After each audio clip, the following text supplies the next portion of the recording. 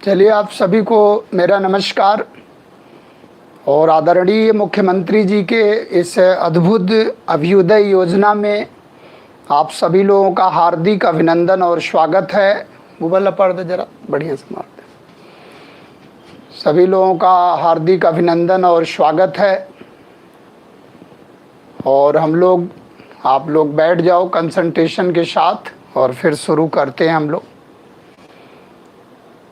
और आज हम लोग जो है 1857 के विद्रोह के सेकेंड पड़ाव में हैं और आज इसको हम लोग कंप्लीट करेंगे। कल का थोड़ा सा आप रिकैप कर लेना, कैसे इस टॉपिक को समअप करना है।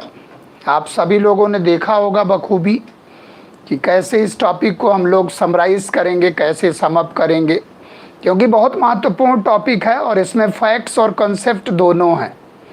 इसमें परीक्षा में बार बार क्वेश्चन आता, मेंस का टॉपिक है हालांकि, लेकिन प्री के फैक्ट्स भी बहुत आते हैं।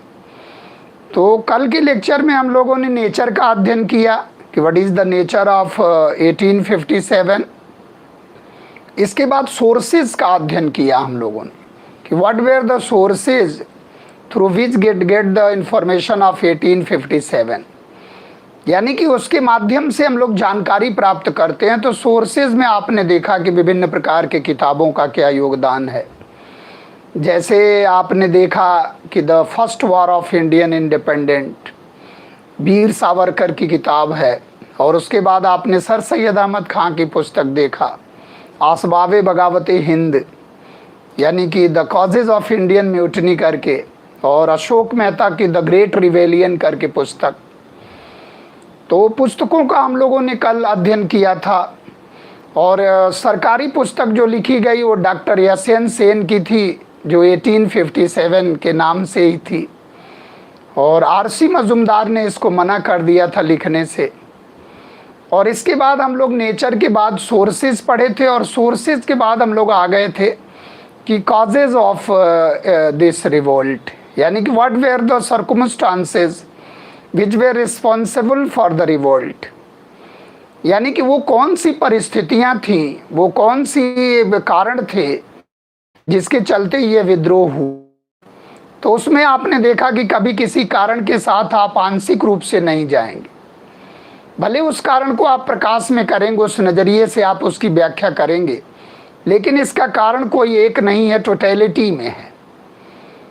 यानी कि प्रशासनिक नीतियां भी अंग्रेजों की जिम्मेदार हैं, राजनीतिक कारण भी हैं, सामाजिक कारण भी हैं, धार्मिक कारण भी हैं, सैन्य कारण भी हैं, आर्थिक कारण है बहुत बड़ा, यानी कि अंग्रेजों के द्वारा जो है स्थापित विभिन्न राजस्व वसूली की विभिन्न पद्धतियां हैं, वो भी एक बहुत बड़ा कारण है। और इसका जो इमीडिएट फैक्टर है, इसका जो तात्कालिक कारण है, वैसे तो आप कारण देखोगे तो प्लासी के युद्ध से चला आ रहा, लेकिन इसका जो इमीडिएट फैक्टर है वो ग्रीज्ड कार्टिजेज है, यानी कि चर्बी युक्त कारतूसों का जो प्रयोग है वो बहुत बड़ा, एक कह लीजिए कि गाय और सूअर की चर्बी होने का अंदेशा, और उसी को लेकर आप देखोगे कि विस्फोटक स्थिति हो जाएगी और जगह जगह पर विद्रोह प्रारंभ हो जाएगा।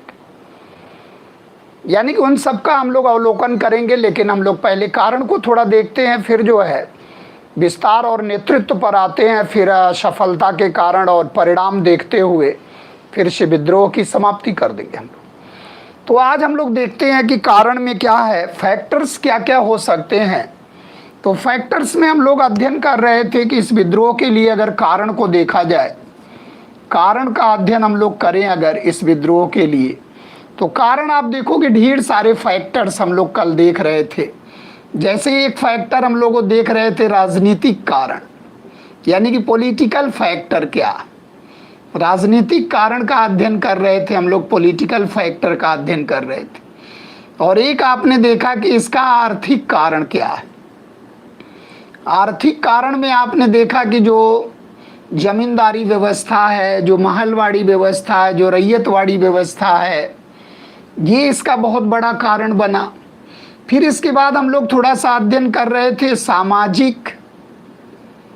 सामाजिक और धार्मिक कारण, ये बहुत बड़ा फैक्टर है। कि इसके लिए हम लोग अध्ययन कर रहे थे। इसके बाद हम लोग एक कारक इसका देखेंगे, सैन्य कारण, मिलिट्री फैक्टर क्या है, और लास्ट में फिर हम लोग अध्ययन करेंगे इसका तात्कालिक कारण। तात्कालिक कारण में आप देखोगे इमीडिएट फैक्टर में चर्बी युक्त कारतूस वाला प्रकरण, चर्बी युक्त कारतूस का प्रकरण, यानी कि ये बहुत बड़ा फैक्टर है जिसके कारण आप देखोगे इस विद्रोह की शुरुआत हो जाएगी। ग्रीस्ड कार्टिजेज, और ये बहुत बड़ा फैक्टर बना इस विद्रोह के कारण का, यानी कि शुरुआत का। तो अगर इसका तात्कालिक कारण आएगा तभी हमें इस फैक्टर को लगाना है, अन्यथा आप देखोगे ढेर सारे कारक रहे। जैसे राजनीतिक कारण में हम लोग खूब बखूबी अध्ययन कर रहे थे, आपने बढ़िया से इसका अध्ययन किया कि राजनीतिक कारण में जो है लॉर्ड वेलेज़ली की नीतियां जिम्मेदार हैं। यानी कि लॉर्ड वेलेज़ली ने सहायक संधियों के माध्यम से हैदराबाद को, मैसूर को, तंजौर को, त्रावणकोर, आप देखो त्रावणकोर को ले लेता है, इसलिए त्रावणकोर का विद्रोह भी होता है। त्रावणकोर को, अवध को, पेशवा को, भोंसले को, सिंधिया को सहायक संधि के माध्यम से उसकी सेना भंग कर देता है और अपना अंग्रेजी रेजिडेंट भी रखता है और अंग्रेजी सेना वहां रखता है, और उसी के धन पर, यानी कि हमारे धन पर अपनी सेना को रखता है और उसका रखरखाव भारतीय शासक देते हैं, जिसके कारण उनका मनोबल खत्म हो जाता है, उनका कॉन्फिडेंस खत्म हो जाता है। और वो फिर क्या 1857 की लड़ाई में कैसे लड़ेंगे और क्या करेंगे, क्योंकि संसाधन है नहीं। आप देखो कितना सिस्टमैटिक रूप से अंग्रेजों ने भारत में पूरा अपना विस्तार किया और शासन किया, और प्लासी से लेके आज़ादी तक भारत का कैसे कैसे शोषण किया।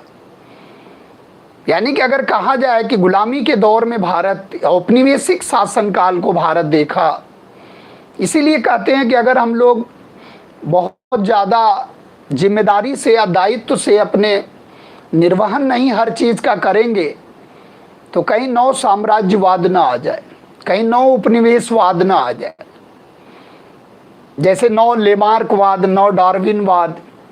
तो उसी तरह कहीं ना कहीं आप देखोगे बहुत दुनिया के बहुत से देशों में आप देखो नौ साम्राज्यवाद, लुआंडा, युगांडा, बरुंडी, दक्षिण अफ्रीका में बहुत से ऐसे देश हैं आर्थिक रूप से ब्रिटेन पे प्रति निर्भर है। यानी कि आज भी ब्रिटेन आप देखो अपने उस हरकत से बाज नहीं आया। कहीं ना कहीं आप देखो इंटरनल इंटरफियरेंस करता है दुनिया के बहुत से देशों में।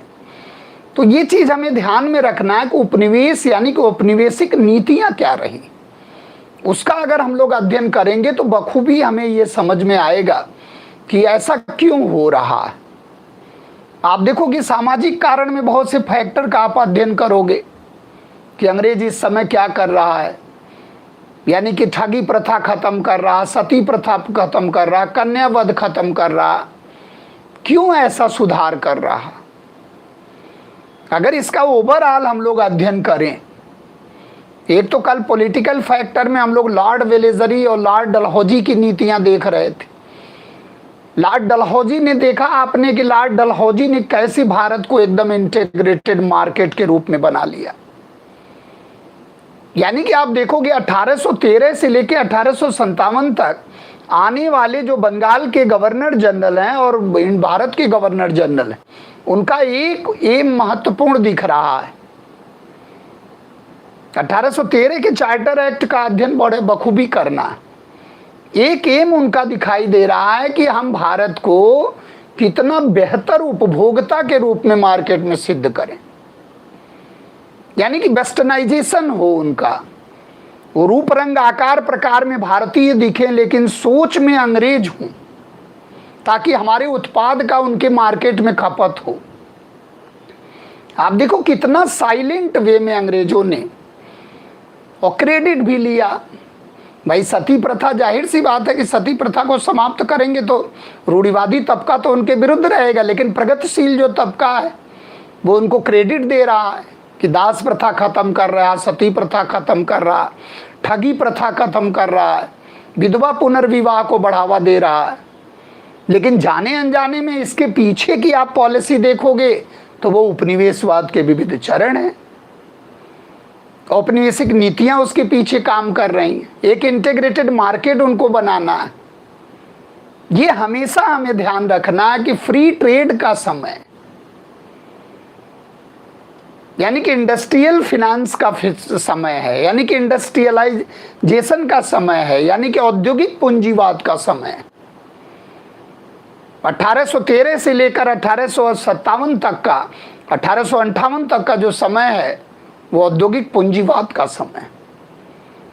तो उन्हें कच्चा माल चाहिए हमारा, और अपने बने बनाए तैयार माल के लिए, खपत के लिए मार्केट चाहिए, और उस मार्केट में उनके खरीदार के रूप में बेहतर उपभोक्ता चाहिए। अब जाहिर सी बात है, ब्रिटेन से जीन्स आएगा तो धोती कुर्ता वाले उसको थोड़े ही न लेंगे। यानी कि मार्केट में एक बेहतर उपभोक्ता भी चाहिए, खरीदार भी चाहिए, क्योंकि मार्केट किससे चलता है? बायर्स और सेलर्स। मार्केट में दो ही लोग मिलते हैं, खरीदने वाले, बेचने वाले। बेचने वाला या तो सेवा बेच रहा है या तो उत्पाद बेच रहा है, जिसके कारण आप देखो सर्विस टैक्स और GST, goods and service tax का जन्म हुआ।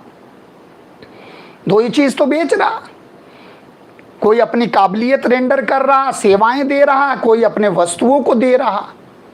अगर कोई वस्तु बिकी नहीं तो हम खरीदे कैसे, और हम बेचे नहीं तो दूसरा खरीदा कैसे? पूरा मार्केट का सिस्टम यही है। तो उनको केवल दिख रहा है। आप देखो कि जितनी उनकी नीतियां, हमने एक चीज आपको बताया था, ध्यान से आप लोगों ने सुना नहीं। हमने बताया था कि अमेरिका जब उनके हाथ से निकल गया, क्योंकि वो अमेरिका के लिए क्या करते थे? अमेरिका से कॉटन ले आते थे और उसको बनाकर रेडीमेड आइटम बना के और दक्षिण अफ्रीका के बाजारों में खपत करते थे, और वहां से दास ले जाते थे और अमेरिका में दासों को बेचते थे। अब सोचो आप, कितना उनका माइंड मेकअप, कितना स्ट्रेटजी उनकी पूरी ग्लोबल स्ट्रेटजी थी, और परिस्थितियां भी उनके साथ हो जाती थी। 1857 के समय तो आप देखो, क्रीमिया का युद्ध भी खत्म हो गया था, अफीम का युद्ध भी खत्म हो गया था, अफगान युद्ध भी समाप्त हो गया था, बर्मा का युद्ध भी समाप्त हो गया था। तो यानी कि वो इंटरनेशनल परिस्थितियां भी उनके फेवर में, नहीं तो सेना वहां भी लगाना पड़ता। अब उनके जितने उपनिवेश हैं, हर जगह से सेना आ रही है भारत में उनकी मदद करने के लिए। देखो आप कितना बेहतर स्थिति में है वो। तो हमें सामाजिक और धार्मिक कारण के रूप में एक फैक्टर हमने बताया था इसमें, कि एक फैक्टर तो आप देखोगे कि इसमें 1813 का चार्टर एक्ट जो 20-20 वर्षों के अंतराल पर है, और इसमें हमने बताया था कि कंपनी का एकाधिकार खत्म हो गया। यानी कि धर्म, समाज, शिक्षा और अर्थ या व्यापार के बारे में बताया गया। यानी कि ये धार्मिक कारण भी देगा, ये सामाजिक कारण भी देगा, एक शैक्षणिक कारण भी उत्पन्न करेगा, और ये आर्थिक कारण भी बन रहा। अब आप सोचो कि 1600 ईस्वी में कंपनी का व्यापारिक एकाधिकार कायम हुआ, और 1813 में जाकर कंपनी का व्यापारिक एकाधिकार समाप्त हो रहा। इसका मतलब कि ब्रिटेन में भी हलचल चल रही है, और ब्रिटेन में भी लोग डिमांड कर रहे हैं कि हमें भी व्यापार करना है भारत के साथ, क्योंकि वहां भी पूंजीपति और उद्योग धंधों का विकास हो रहा, औद्योगिक वर्ग का जन्म हो रहा। तो ये मोनोपोली को क्यों वो स्वीकार करेंगे? और जब वहां डिमांड हो रही है तो जाहिर सी बात है, और नेपोलियन बोनापार्ट का प्रेशर। तो लॉर्ड हेस्टिंग के समय में आप देखोगे, लॉर्ड मिंटो के समय में जो ये बनता है, यानी कि लॉर्ड मिंटो का लास्ट था जब ये 1813 का बना चार्टर एक्ट। तो आप देखो इसमें नीतियां कैसे चल रही हैं, ब्रिटेन से संचालित हो रही। यानी कि ईसाई मिशनरियों को खुला छूट मिल गया कि आप जाओ और धर्म का प्रचार प्रसार करो, और लोभ प्रलोभ देकर और लोगों को जो है भारत में शामिल कर लो। आप देखो, जब शिक्षा के प्रचार प्रसार में ईसाई मिशनरियां आई थी, सेरामपुर त्रयी के नाम से, तो वॉरेन हेस्टिंग ने उस पर प्रतिबंध लगा दिया, लॉर्ड वेलेस्ली ने प्रतिबंध लगा दिया था बंगाल में प्रवेश के लिए, जब मार्समैन और कैरे और वार्ड के रूप में 1799 में ये ईसाई मिशनरियां आई थी। लेकिन अब कोई प्रतिबंध ही नहीं, खुली छूट है। इससे हमारा जो गरीब तबका है वो लोभ बस आकर, प्रलोभन में आकर ईसाई धर्म को स्वीकार कर ले रहा। आगे चल के आप देखोगे कि जो आर्य समाज, ब्रह्म समाज, रामकृष्ण मिशन, आप देखो ये संस्थाएं, प्रार्थना समाज, इनके सहयोग से आप देखो कैसे भारत को प्रोग्रेसिव बनाने की प्रयास किया जा रहा। एक प्रगतिशील भारत को बना रहा अंग्रेज क्यों प्रगतिशील भारत को बनाएगा? क्योंकि कहीं ना कहीं उपनिवेश के लिए उसको जरूरत, इंटीग्रेटेड मार्केट की जरूरत है, एकीकृत बाजार की जरूरत है, और उस एकीकृत बाजार में बेहतर उपभोक्ता की जरूरत है, जिसके लिए वो इस प्लान कर रहा। तो आप एक चीज देखो कि धर्म के क्षेत्र में, समाज के क्षेत्र में वो सक्रिय हस्तक्षेप करने लगा। शिक्षा के क्षेत्र में 1 लाख रुपया प्रतिवर्ष देने की बात की गई, जो बाद में आप देखोगे विवाद हो जाएगा। बाद में लॉर्ड मैकाले के नेतृत्व में 10 सदस्यीय एक लोक शिक्षा निदेश की स्थापना की जाएगी 1823 में। फिर भी डिस्प्यूट नहीं शांत होगा, तो फिर मैकाले माइनूट आएगा 1835 में, और मैकाले घोषणा पत्र के माध्यम से फारसी के स्थान पर अंग्रेजी को भाषा का माध्यम घोषित कर दिया जाएगा। यानी कि instead of Persian language, English became the medium of language through Macaulay minute. और वहीं से डीएफटी थियरी आ जाएगी, यानी कि डाउनवर्ड फिल्ट्रेशन थियरी, फिल्टर होके अंग्रेजी आएगी। तो अंग्रेजी पढ़े लिखे लोग अंग्रेजों के सहयोग से, यानी कि कभी कभी टिप्पणी आती है कि पश्चिमी हथौड़े से पश्चिम वालों ने, यानी कि पश्चिमी हथौड़े से पूरब वालों ने पश्चिम वालों का सिर कुचल डाला। तो वो पश्चिमी हथौड़ा क्या था? The knowledge of education, the knowledge of English, the knowledge of western world, वो पश्चिमी हथौड़ा था। क्योंकि अगर वो हमें शिक्षित करेंगे, वो हमें लॉजिकल बनाएंगे, वो हमें साइंटिफिक बनाएंगे, तो अपने पैर में कुल्हाड़ी मारेंगे। आप देखोगे जब धर्म और समाज सुधार आंदोलन आएगा तो कहीं ना कहीं आप देखोगे प्रगतिशील भारत का निर्माण होगा, भारत में शिक्षा का विकास होगा, यूनिवर्सिटीज आएंगी, महाविद्यालयों की स्थापना होगी। 1857 तक आप देखो रुड़की का एक, वही रुड़की इंजीनियरिंग कॉलेज और एक मेडिकल कॉलेज कलकत्ता का था। आप सोचो मतलब कोई मेडिकल फैसिलिटीज, कोई मेडिकल कॉलेज उस समय तक नहीं था। और 1857 के वर्ष में आ रही है कलकत्ता, बंबई और मद्रास यूनिवर्सिटी, वो भी वुड्स डिस्पैच आ रहा उसके द्वारा, जो है लॉर्ड डलहौजी के समय में और लॉर्ड कैनिंग के समय में यह स्थापित हो रहे हैं विश्वविद्यालय। तो अगर भारत का पहला यूनिवर्सिटी आ जाए आधुनिक भारत का, तो कलकत्ता विश्वविद्यालय, और भी विद्रोह के वर्ष में, याद रहेगा।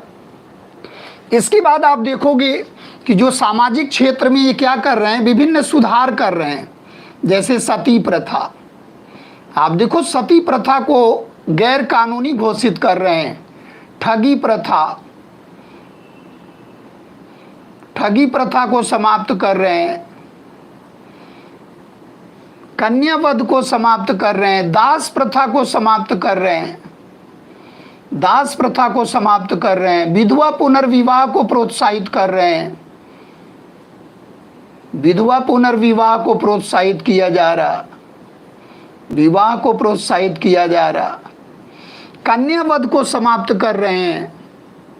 आप देखो कैसे इसको आप समझोगे। सती प्रथा लॉर्ड विलियम बेंटिंग के सहयोग से राजा राम मोहन राय के द्वारा सती प्रथा की समाप्ति की जा रही है। यानी कि आप इस तरह से अगर इसका अध्ययन करो तो 1829 में रेगुलेशन 17 के अंतर्गत इसको समाप्त किया जा रहा। कर्नल स्लीमैन के प्रयासों से आप देखो ठगी प्रथा को समाप्त किया जा रहा, दास प्रथा को आप देखो समाप्त किया जा रहा। लॉर्ड एलिनबरो के समय में दास प्रथा समाप्त हो रही है। 56 और 50 7 में इसको लागू कर दिया जाएगा, विधवा पुनर्विवाह अधिनियम। यानी कि ईश्वर चंद्र विद्यासागर के प्रयासों से आप देखिए विधवा पुनर्विवाह अधिनियम बना और लॉर्ड कैनिंग के समय में लागू हो गया और लॉर्ड डलहौजी के समय में निर्मित हुआ। तो ये भारतीय समाज को जो सामाजिक कुरीतियों को जो ये दूर करना चाह रहे हैं, बट इसके पीछे उनका पर्पज क्या है? अगर इसके पीछे का आप इंटरनल पर्पज उनका देखोगे तो गहराई से अध्ययन करोगे तो इसमें उपनिवेशवाद दिख रहा। यानी कि ऐसा सुधार वो भारत में करना चाह रहे हैं, बट क्यों करना चाह रहे हैं? भारतीय समाज को प्रगतिशील बनाना चाह रहे हैं। इसका मतलब उनको सुगमता पूर्वक पूरे भारत को बिना रोक टोक के बेहतर उपभोक्ता के रूप में तैयार करना। और जब ऐसा काम करेंगे तभी हम लोग समझेंगे कि अंग्रेज हमारे शुभेच्छु हैं। तो इन चीज़ों को थोड़ा सा ध्यान रखना। इसके बाद आप देखोगे धार्मिक अयोग्यता अधिनियम। धार्मिक अयोग्यता अधिनियम आया, धार्मिक अयोग्यता अधिनियम, इसका भी बहुत बड़ा योगदान रहा। धार्मिक अयोग्यता अधिनियम लॉर्ड डलहौजी के समय में आया 1850 में, जिसको लेक्स लोकी अधिनियम भी कहते हैं, स्थानीय भाषा में लेक्स लोकी अधिनियम। अब सोचो अंग्रेज कितना सामाजिक और धार्मिक परंपराओं पर कुठाराघात कर रहे हैं। यानी कि रिलीजियस डिसेबिलिटी एक्ट पारित करके क्या दिखाना चाह रहे हैं कि अगर कोई ईसाई बन गया तो हम उसको संपत्ति में हिस्सा दिलाएंगे। यानी कि अगर कोई ईसाई बन गया तो हम उसको संपत्ति में हिस्सा दिला देंगे, धार्मिक रूप से कोई अयोग्य सिद्ध नहीं होगा। ये वादा कर रहे हैं अंग्रेज, यानी कि डायरेक्ट कुठाराघात कर रहे हैं। और लॉर्ड डलहौजी की जो हड़प नीति है वो भी कहीं न कहीं सामाजिक और धार्मिक दृष्टिकोण से कुठाराघात कर रही है परंपरा पर, क्योंकि वो रियल यानी कि दत्तक पुत्र को रियल सन नहीं मान रहे हैं और दत्तक पुत्र को जो है प्रॉपर्टी से वंचित कर दे रहे हैं। ये भी समाज पर, धर्म पर पे कुठाराघात है। तो आप धार्मिक सामाजिक कारण में कई फैक्टर को लेके आप चल सकते हो। और दूसरी तरफ आप देखो एक जनरल सर्विस इनलिस्टमेंट एक्ट आता है 1856 में। यानी कि आप देखो 1856 में अधिनियम आता, सामान्य सेवा भर्ती अधिनियम, और उसके अंतर्गत आप देखोगे तो वहां भी इन्होंने हर्ट किया। यानी कि कहीं भी भेजा जा सकता है सैनिकों को, चाहे वो समुद्र पार भी क्यों न हो। अब जाहिर सी बात है सागर पार सैनिकों को भेजेंगे तो उनका धर्म भ्रष्ट होगा। ये भारतीयों के माइनस पॉइंट को हमेशा लिए रहते थे और उसको पकड़े रहते थे, उसी से जो है धीरे धीरे प्रहार करते थे। क्योंकि जाहिर सी बात है सागर पार जाओगे तो नमक है, नमक ओवरराइड होगा तो नमक हरामी हम कर नहीं सकते हैं, नमक ओवरराइड होगा तो घर आओगे आप तो घर वाले निकाल देंगे। तो सागर पार मतलब कुरीतियां, अंधविश्वास भी इतना था कि जो जड़ता युक्त समाज का निर्माण किया और उसी का फायदा उठाए, क्योंकि हम लोगों के माइनस पॉइंट को पकड़ लिए। तो ये भी कारण आप दिखा सकते हो धार्मिक अयोग्यता अधिनियम और ये विभिन्न कुरीतियां और अंधविश्वास को आप देखोगे खत्म करने का प्रयास कर रहा और एक प्रगतिशील समाज का निर्माण करना चाह रहा। तो इन सब चीज़ों को हमें ध्यान रखना। और दूसरी चीज जो वो उस समय बोर्ड ऑफ कंट्रोल का अध्यक्ष था मैंगल्स ने क्या कहा, बहुत ईश्वर की असीम अनुकंपा से भारत का साम्राज्य हमें मिला, इसलिए एक छोर से लेकर दूसरे छोर तक ईसाई धर्म की पताका को फहराना। और मेजर एडवर्ड्स का कोटेशन देखो आप, यानी कि ये हमें भारत का साम्राज्य हमें इसलिए मिला है कि हम सबको यहाँ ईसाई बना सकते हैं, हम सबको यहाँ ईसाई धर्म में परिवर्तित कर देंगे, मेजर एडवर्ड्स का कथन।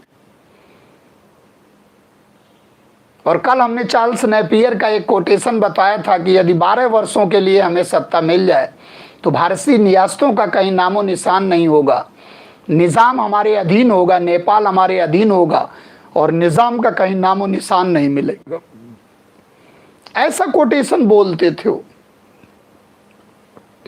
तो इनसे भी कहीं ना कहीं लगता है कि खुला छूट है ईसाई धर्म को, यानी कि जबरदस्ती, जोर जबरदस्ती ईसाई धर्म का विस्तार कर रहे हैं। कोर्स में भी ईसाई, पाठ्यक्रम में भी ईसाई धर्म का प्रवेश हो गया, यानी कि हर जगह वो एक तरह से कह लीजिए, ठीक है धर्म का प्रचार प्रसार आप करो, लेकिन धर्म के अच्छे बिंदुओं का प्रचार प्रसार करो। जोर जबरदस्ती और प्रलोभन के आधार पर हमारा आर्टिकल भी मना करता है।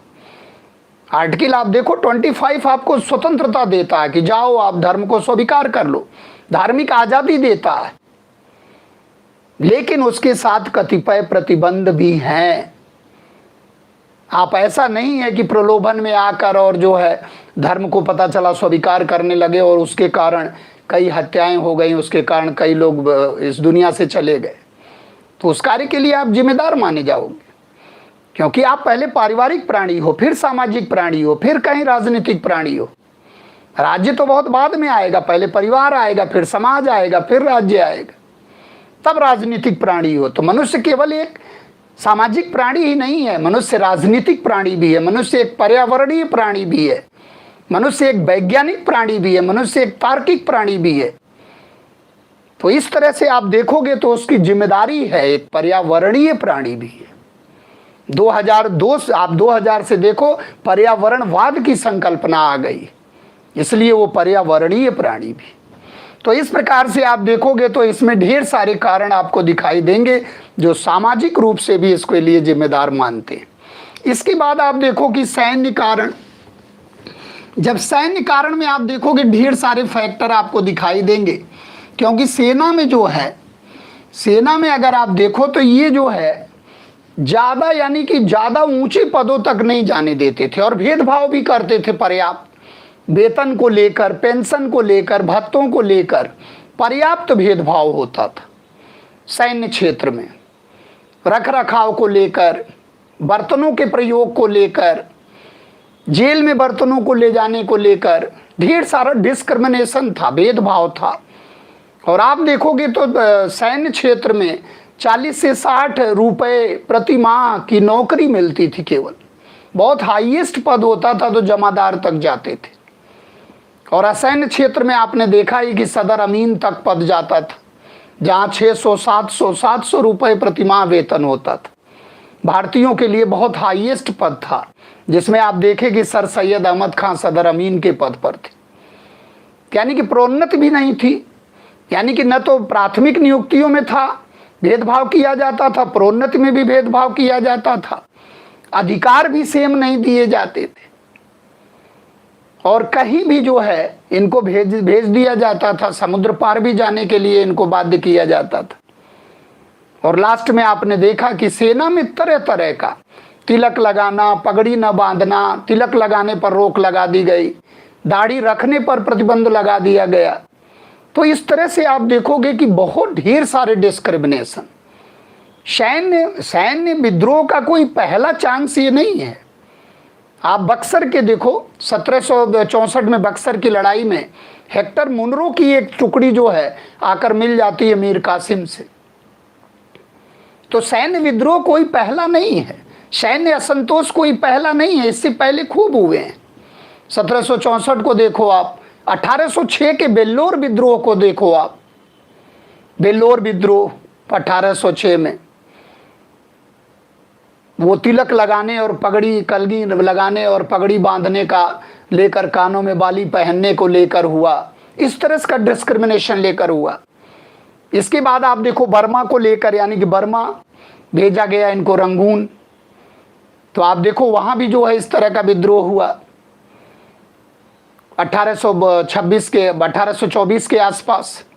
इसके बाद आप देखो कि जो है गढ़वाल रेजिमेंट में विद्रोह हुआ।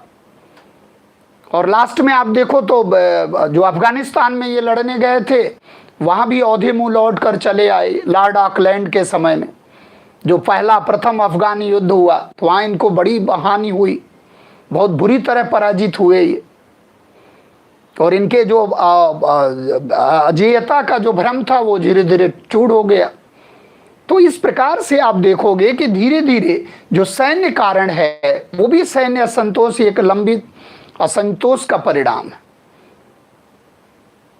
निम्न जातियों को जो है धीरे धीरे अब ये लेने लगे सेना में। जैसे राजपूत, पहले से राजपूत थे, ब्राह्मण वर्ग था उसमें, तो धीरे धीरे सबका प्रवेश अब करने लगेंगे।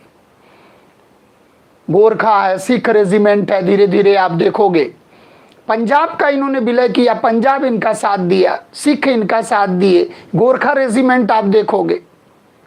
तो इस तरह से पूरा जब अध्ययन करोगे आप, तो लास्ट में निष्कर्ष निकलेगा कि सभी जो कारण हैं सबके समुच्चय का परिणाम है, यानी कि सभी कारणों के सम्मिलित असंतोष का संचित परिणाम है, प्रतिक्रिया है क्या 1857 का विद्रोह, जिसके पीछे जो है 100 वर्ष की रणनीति दिखाई देती है अंग्रेजों की। भारतीयों की भले न दिखाई दे, क्योंकि हमारा संगठन कमजोर था, उनका संगठन मजबूत था। तो आप देखो 100 इयर्स का एक्सपीरियंस परिलक्षित हो रहा है लॉर्ड कैनिंग में, पूरा स्टडी करके और उसको स्टेप बाय स्टेप उसको जारी कर रहा। तो यहां हमको देखना है कि चर्बी युक्त कारतूस के प्रकरण को लेकर कैसे विद्रोह शुरू होता है और धीरे धीरे वो कैसे भारत के विभिन्न क्षेत्रों में जाता है। तो हम लोग इस पॉइंट पर अध्ययन करेंगे कि विद्रोह का जो है विस्तार कैसे कैसे होता है। अब इस पॉइंट पर हम लोग आते हैं कि चर्बी युक्त कारतूस वाला प्रकरण जो इसका तात्कालिक कारण बनेगा।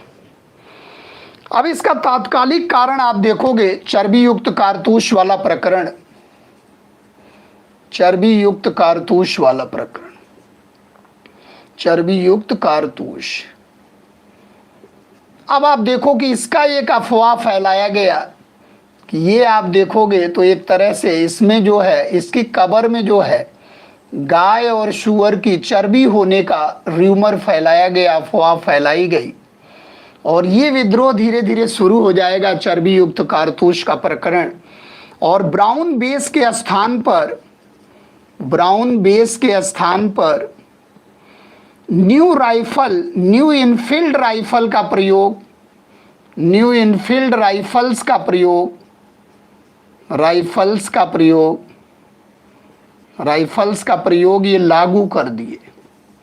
और ब्राउन बेस के स्थान पर जब new rifle, new Enfield rifles का प्रयोग जो है अनिवार्य कर दिया गया, तो इसमें जो है गोली भरने से पहले, लोड करने से पहले उसको दांत से काटना पड़ता था। कबर जो इसका था उसको दांत से काटना पड़ता था, और जब दांत से काटना पड़ता था तो आप जानते ही हो कि सूअर के संदर्भ को लेकर इस्लाम धर्म पूरा जो है वो हो गया, और गाय को आप जानते ही हो, गाय माता, और उसको लेकर पूरा हिंदू धर्म। तो एक तरह से आप इस विद्रोह में देखोगे तो हिंदू मुस्लिम एकता का बड़ा एक अनुपम उदाहरण मिलेगा।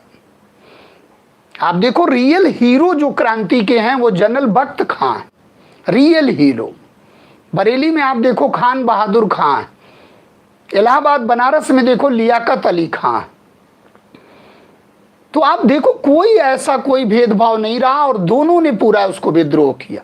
और इस विद्रोह की जो शुरुआत होती है चिनगारी, पहली चिनगारी कहाँ से शुरू होती है? दमदम छावनी से। कलकत्ता की दमदम छावनी, फिर बहरामपुर, फिर बैरकपुर, लगातार विद्रोह की शुरुआत होती है। लेकिन पहला आप विद्रोह देखोगे तो ये विद्रोह शुरू होगा कहाँ से? दमदम से। दमदम से विद्रोह शुरू हो जाएगा, और ये कलकत्ता की छावनियाँ हैं, और 23 जनवरी यह विद्रोह दमदम से शुरू होगा। और एक सैनिक था, एक सिपाही था, जिसने संकेत इस तरह से बताया कि, और ब्राह्मण, किसी ब्राह्मण को जो है वो टच कर लिया था, उसका जो बर्तन वगैरह, तो वो बोला कि नहीं इस बर्तन अपवित्र हो जाएगा। तब उसने एक संकेत दिया कि अपवित्र तो नहीं, आप देखो ये जो आप यूज करते हो कारतूस, क्योंकि उसमें मैं जो है उसमें निर्माण करता, मैं भी जो है निर्माण करता हूँ उस कारतूस का, तो मैं जानता हूँ कि उसमें सूअर और गाय की चर्बी मिली हुई। वहाँ ये प्रकरण आता है दमदम छावनी से। और फिर दमदम छावनी से आप देखोगे ये घटना आ जाती है कहाँ? बहरामपुर। और बहरामपुर भी आप देखोगे उसी एरिया में है बहरामपुर, और 26 फरवरी को बहरामपुर में विद्रोह हो जाता है। आप देखो कैसे कैसे विद्रोह आगे की तरफ बढ़ रहा। और बहरामपुर से यह खबर पहुंचती है कहाँ, बैरकपुर। और बैरकपुर में आप देखो बहुत बड़ी घटना हो जाती है। मंगल पांडे 34वीं जो है बंगाल नेटिव इन्फेंट्री के सिपाही मंगल पांडे आप देखोगे बहुत ही देदीप्यमान सितारे हैं हमारे ये, और बहुत ही रियल हीरो। और मंगल पांडे देखोगे आप, अपने 2 पदाधिकारियों से इनकी झड़प हो जाती है इसी प्रकरण को लेकर। और ये आप देखोगे आधुनिक जो बलिया जिला है, यानी कि पहले गाजीपुर में था, बलिया जिला जो वहाँ नगोवा गांव है, नगोवा गांव के ये रहने वाले थे मंगल पांडे। और आप देखो कि ये जो है यहाँ जब इनको पता चलता है इस तरह, तो ये जो है विद्रोह करने के लिए आमादा हो जाते हैं। और ये जो है अपने 2 पदाधिकारियों को, मेजर ह्यूरिसन की हत्या कर देते हैं गोली मारकर, और लेफ्टिनेंट बाग को घायल कर देते हैं, बाग को जो है मर्डर कर देते हैं। यानी कि आप देखो कभी कभी क्वेश्चन आता है कि किसकी हत्या इन्होंने किया, यानी कि ह्यूरिसन को गोली मार दिया और लेफ्टिनेंट बाग जो था उसकी हत्या कर दिया, संगीन से मार दिया। यानी कि इनको गोली मार दिया और इनकी जो है संगीन से हत्या कर दिया। और इसके बाद आप देखोगे मेजर ह्यूरिसन ने आदेश दिया ईश्वरी प्रसाद को। ईश्वरी प्रसाद वहीं एक सैनिक था कि मंगल पांडे को पकड़ लिया जाए, लेकिन ईश्वरी प्रसाद ने मना कर दिया। यानी कि सारे सैनिक बगावत करने के पक्ष में थे, भले वो अंग्रेजों का यानी कि भारतीयों का यानी कि विद्रोहियों का साथ नहीं देने के लिए तैयार थे, लेकिन अंग्रेजों का भी साथ देने के लिए नहीं तैयार थे। ईश्वरी प्रसाद ने जो है मना कर दिया जब इस आदेश को जो है अमल में लाने के लिए, गिरफ्तार करने के लिए। तो फिर एक आया जो है, उसी में सैनिक था शेख पलटू करके, और उस शेख पलटू ने जो है मंगल पांडे को गिरफ्तार किया। अब आप सोचो कितनी गद्दारी और कितनी वफादारी सैनिकों में, आप यहीं पर देख लो। यानी कि मंगल पांडे को देखो आप, कितना बड़ा एक जो है हीरो के रूप में उभरने वाला, और मंगल पांडे की एक छोटी सी वारदात से और कितना बड़ा ये महासंग्राम हो गया। और ईश्वरी प्रसाद ने मना किया, लेकिन शेख पलटू ने गद्दारी कर दिया और अंग्रेजों का साथ दे दिया। और बाद में आप देखो शेख पलटू को पुरस्कार भी मिलता है और हवलदार का पद भी उसको मिल जाता है, लेकिन बाद में उसको मार दिया जाता है, यानी कि सैनिकों के द्वारा उसका हत्या कर दी जाती है। तो यहाँ आप देखो एक छोटे से गांव नगोवा गांव से आकर, और 34वीं रेजिमेंट के इन जो है नेटिव रेजिमेंट के थे, इन्फेंट्री के थे मंगल पांडे, और यहाँ से पूरा विद्रोह शुरू हो जाता है। तो आप देखो कि बैरकपुर को सूचना कहाँ से मिली, बहरामपुर को कहाँ से मिली, दमदम। और इसके बाद आप देखो कि ये सूचना कहाँ पहुंच रही है, जो उत्तर प्रदेश की सबसे बड़ी सैन्य छावनी है मेरठ। यानी कि अब यहाँ आप देखो कि यहाँ जो घटना घटित होती है, यानी कि 8 अप्रैल को कोर्ट मार्शल कर दिया जाता है। और ये घटना कब घटित होती है, 29 मार्च को। 29 मार्च को मंगल पांडे द्वारा ये वारदात की जाती है। और आप देखो कि अंग्रेजों की न्याय व्यवस्था कितनी त्वरित है कि 8 अप्रैल को मंगल पांडे को फांसी दे दी जाती है, और 21 अप्रैल को ईश्वरी प्रसाद को भी फांसी दे दी जाती है। अब सोचो भारत में जो अंग्रेजों ने न्यायालय स्थापित किया, आप बताओ वो कहां से न्यायपूर्ण था। तो जितने केस उसमें चलेंगे वो कहां से न्यायपूर्ण होंगे। आप सोचो अगर भारत में आर्टिकल 13 नहीं होता तो रोज एक विवाद खड़ा होता। आर्टिकल 13 कितना प्रोटेक्ट करता है, जो फंडामेंटल राइट्स में आप पढ़ोगे, यानी कि प्री कॉन्स्टिट्यूशनल है, पोस्ट कॉन्स्टिट्यूशनल है, विधि है, जो विधि हमसे टकराएगी वो चूर चूर हो जाएगी। चाहे प्री कॉन्स्टिट्यूशनल हो, पोस्ट कॉन्स्टिट्यूशनल हो, शून्य हो जाएगी। आप देखो कितना बेहतरीन संविधान बना, कभी आप पढ़ के देखो बढ़िया से, तो आप अपने को बहुत गौरवान्वित फक्र महसूस करोगे। यानी कि संसद बनाम केस, बस केवल यही लड़ाई है भारत में। चुनौती 2 ही का है, वह तो रिव्यू करेगा तो काट छाट करेगा, और काट छाट करेगा तो उसके प्रभाव को कम करने के लिए संसद संशोधन करेगी। जैसे आप देखो, इंदिरा मैडम के समय में आया 1971 में 24वां संवैधानिक संशोधन आया, और आर्टिकल 13 में जो है क्लॉज 4 जोड़ दिया गया। फिर केशवानंद भारती का केस आया, उसके प्रभाव को कम किया, बेसिक स्ट्रक्चर का कॉन्सेप्ट आ गया 1973 में। तो हमें एक चीज ध्यान में रखना है कि सारी चीजों को एक साथ लेके चलना। जब आपके अंदर होलिस्टिक व्यूज आएगा तब आप अधिकारी बनने के लिए हकदार हो, वो भी सिविल सर्विसेज में, अखिल भारतीय सेवक बनने के लिए। क्योंकि भारत की बहुत ही डिग्निफाइड ग्लोरीफाइड सर्विस है, उससे ऊपर कोई सर्विस नहीं। और वहां से आप इंटरनेशनल बन जाते हो, क्योंकि विदेश नीति को आप प्रभावित करने लगते हो। राष्ट्रपति जो भारत का प्रथम नागरिक है, उसके सामने आप अपना लेक्चर प्रस्तुत करते हो, कितना बड़ा जो है प्लेटफॉर्म आपको मिल जाता है। तो आप देखो 8 अप्रैल को इनको फांसी दे दी जाती है, और 21 अप्रैल को त्वरित न्याय होता है और ईश्वरी प्रसाद को फांसी दे दी जाती है, और शेख पलटू को पारितोषिक दिया जाता है और हवलदार का पद उसको दे दिया जाता है। इसके बाद आप देखो कि यह झड़प धीरे धीरे मेरठ, और मेरठ छावनी जब ये पहुंचती है तो मेरठ में आप देखो खुला विद्रोह हो जाता है। यानी कि इससे पहले जब मेरठ में विद्रोह हुआ मई में ही, तो आप देखो 85 सैनिकों को एक तरह से 10-10 साल की सजा सुना दी जाती है, और मेरठ में लगभग 2000 सैनिक थे, और सब बगावत कर जाते हैं और उस 85 सैनिकों को भी छुड़ा लेते हैं। और उसके बाद 10 मई दिन रविवार को यहाँ खुला विद्रोह हो जाता है। इस डेट को आपको याद रखना है, 10 मई दिन रविवार। 10 मई दिन रविवार को खुला विद्रोह हो जाता है, और कभी भी विद्रोह की शुरुआत आती है तो आप यही डेट लगाते हो। यानी कि 10 मई दिन रविवार को खुला विद्रोह होता है, और यहाँ सैनिक जो है यहाँ से दिल्ली चलो का नारा लगाते हुए और अगले दिन दिल्ली पहुँच जाते हैं। और 11 मई को जब दिल्ली पहुँच जाते हैं, और यहाँ से बरेली से जनरल वक्त खां जो है वहाँ से मेरठ होते हुए दिल्ली पहुँच जाते हैं, और जनरल वक्त खां को रियल हीरो बनाया जाता है। और 11 मई को आप देखो दिल्ली पहुंचकर बहादुर शाह जफर को लीडर बनाया जाता है। यानी कि पूरे क्रांति का नेतृत्व दिया जाता, हालांकि तैयार नहीं होता, 80 वर्ष की अवस्था, लेकिन उसको दिया जाता है नेतृत्व, क्योंकि भारत का जो बादशाह था वो बहादुर शाह जफर ही था, बहादुर शाह सेकेंड, जो शेरो शायरी करने वाला था।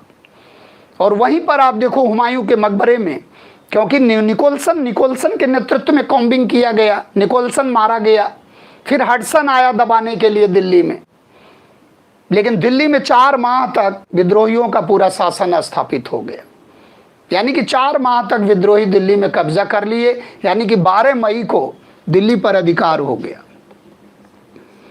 तो 11 मई आपको ध्यान रखना है, 11 मई को जफर को बना दिया गया, जफर को नेता बना दिया गया, वक्त खां रियल कमांडर बने, और 12 मई को दिल्ली पर अधिकार हो गया। और ये अधिकार जो है 20 सितंबर तक बना रहा, 20 सितंबर तक दिल्ली पर अधिकार बना रहा। और लॉर्ड कैनिंग के कोटेशन से लगता है कि दोबारा उसको जीतने की आवश्यकता हुई, यानी कि बोरिया बिस्तर बंध चुका था। और उसने अपने कोटेशन में लिखा है, अगर सिंधिया भी शामिल हो जाता तो बोरिया बिस्तर बंध जाता। एक सिंधिया के लिए लिखा, यानी कि राजे महाराजे एक तरंग रोध का काम कर रहे हैं, एक बांध का काम कर रहे हैं।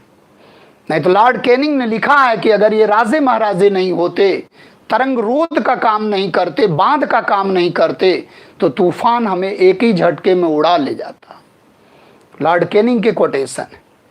तो इसको हमें ध्यान रखना है। इसके बाद आप देखोगे कि धीरे धीरे विद्रोह की लहर अन्य जगह भी चलती चली जाएगी। यहाँ निकोलसन मारा जाएगा, हडसन के द्वारा इसका जो दमन किया जाएगा। इसके बाद आप देखोगे फिर ये विद्रोह की लहर कहाँ पहुँचती है, लखनऊ पहुँचती है, और 4 जून को लखनऊ में विद्रोह हो जाता है। और लखनऊ में आप जान रहे हो कि बेगम हजरत महल जिन्हें महक परी के नाम से जानते हैं, महल, इन्हें महक परी के नाम से जानते हैं, महक परी। और इन्हीं का बेटा था बिरजीस कादिर। बिरजीस कादिर। अब ये जो विद्रोह हो रहे हैं जगह जगह पर, अब आप देखो कि अवध का विद्रोह, अवध की जो बेगम हजरत महल हैं वो इस विद्रोह में शामिल हो रही हैं, लेकिन इन लोगों के लक्ष्य की एक रूपता नहीं दिख रही, रणनीति में एक रूपता नहीं दिख रही, जबकि वहां लॉर्ड कैनिंग के फरमान की एक रूपता दिख रही। ये भी असफलता में कहीं ना कहीं कारण बनेगा। अब आप देखो यहाँ जो है हेनरी लॉरेंस जो यहाँ का आयुक्त था, कमिश्नर था, वो कम्बिंग में मारा जाता है। और इसके बाद यहाँ आउट्रम और हेवलॉक के द्वारा नियंत्रण स्थापित करने का प्रयास किया जाता है, लेकिन हमारे जो विद्रोही हैं, हमारे जो शहीद हैं, हमारे जो एक तरह से कह लीजिए कि जो राष्ट्रवादी यहाँ नेता हैं, वो इतना ज़बरदस्त रेजिडेंसी को घेर लिए थे कि अंग्रेज उस रेजिडेंसी में कैसर बाग में फंस गए थे और कोई उनके बचने का रास्ता नहीं निकल रहा था। और इसके बाद आप देखोगे कि कैंपबेल को भेजा गया कानपुर से इस विद्रोह का दमन करने के लिए।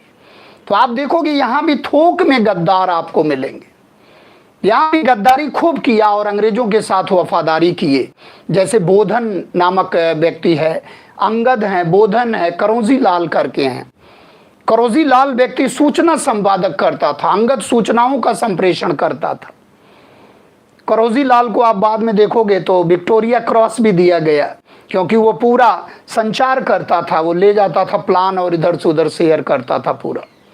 और यहाँ आप देखो कि कितना जबरदस्त, यानी कि बाद में कैम्पबेल के द्वारा इतना अत्याचार किया गया, जगह जगह पूरी गलियां लाशों से बिछ गई।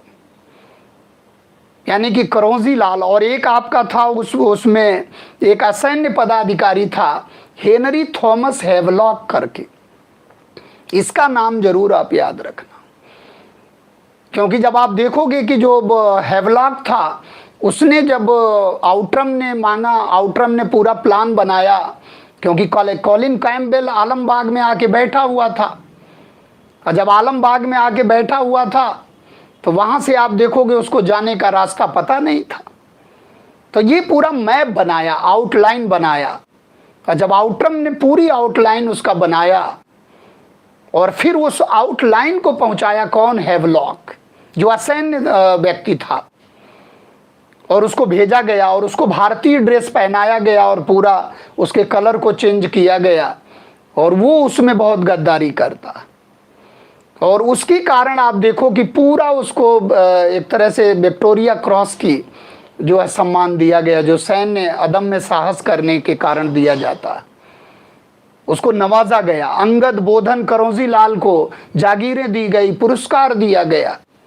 तो आपको इसको पूरा डिटेल पढ़ना, लखनऊ में कैसे कैसे वारदात हो रही है और दमन कौन कर रहा, कैम्पबेल कर रहा, दिल्ली में दमन कौन कर रहा, हडसन कर रहा। यानी कि आपको अलग अलग याद रखना पड़ेगा। और यहाँ कॉलिन कैम्पबेल कर रहा, कैंपबेल को आपको ध्यान रखना है। कैंपबेल, ये हर जगह यही मिलेगा, कैंपबेल मैक्सिमम जगह है। और इसके बाद आप देखोगे कि सूचना धीरे धीरे कानपुर, और कानपुर में विद्रोह हो जाता है, और 5 जून को कानपुर में विद्रोह होता है। कभी कभी सुमेलित करने के लिए आएगा, इसको ध्यान रखना है। और 5 जून को ही झांसी में भी विद्रोह हो जाएगा। और कानपुर में आप जानते ही हो नाना साहब, जो दुंदू पंथ के नाम से फेमस थे, नाना साहब के द्वारा विद्रोह होता है। दुंदू पंथ, दुंदू पंथ के नाम से फेमस थे। और इनको आप देखो कि नाना साहब और तात्या टोपे, तात्या टोपे के जो है नेतृत्व में विद्रोह होता है यहाँ। और रामचंद्र पांडुरंग इनका नाम था ओरिजिनल तात्या टोपे का, रामचंद्र पांडुरंग। तो आप देखो कि यहाँ जो नाना साहब के द्वारा स्ट्रेटजी बनाई जाती है, बहुत बेहतरीन स्ट्रेटजी। और यहाँ जो है वो घेर लेते हैं किले में, और व्हीलर आता है, यानी कि पहली बार व्हीलर आता है और वो फतेह नहीं कर पाता और मारा जाता है, और वो एक तरह से असफल हो जाता है। और फिर हेवलॉक और वो जो है नील आते हैं, और हेवलॉक और नील को भेजा जाता है, लेकिन वो भी असफल हो जाते हैं। और इसके बाद फिर वही जो है कॉलिन कैम्पबेल, कैम्पबेल आता है। और कैम्पबेल जब आता है तब तक आप देखोगे वहाँ जो है वो सरेंडर कर जाते हैं अंग्रेज, और जब अंग्रेज सरेंडर कर जाते हैं तो नाना साहब, भारतीयों में दया भी आ जाती है क्योंकि अंग्रेज तो बिल्कुल निर्दयी हैं। तो नाना साहब ने क्या किया कि जो इनका कैंप लगा हुआ था इलाहाबाद में, राहत कैंप था अंग्रेजों का, तो 24 जहाज़ों से यानी कि 24 नावों में रखकर अंग्रेजों को और ये राहत कैंप की ओर भेजने लगे।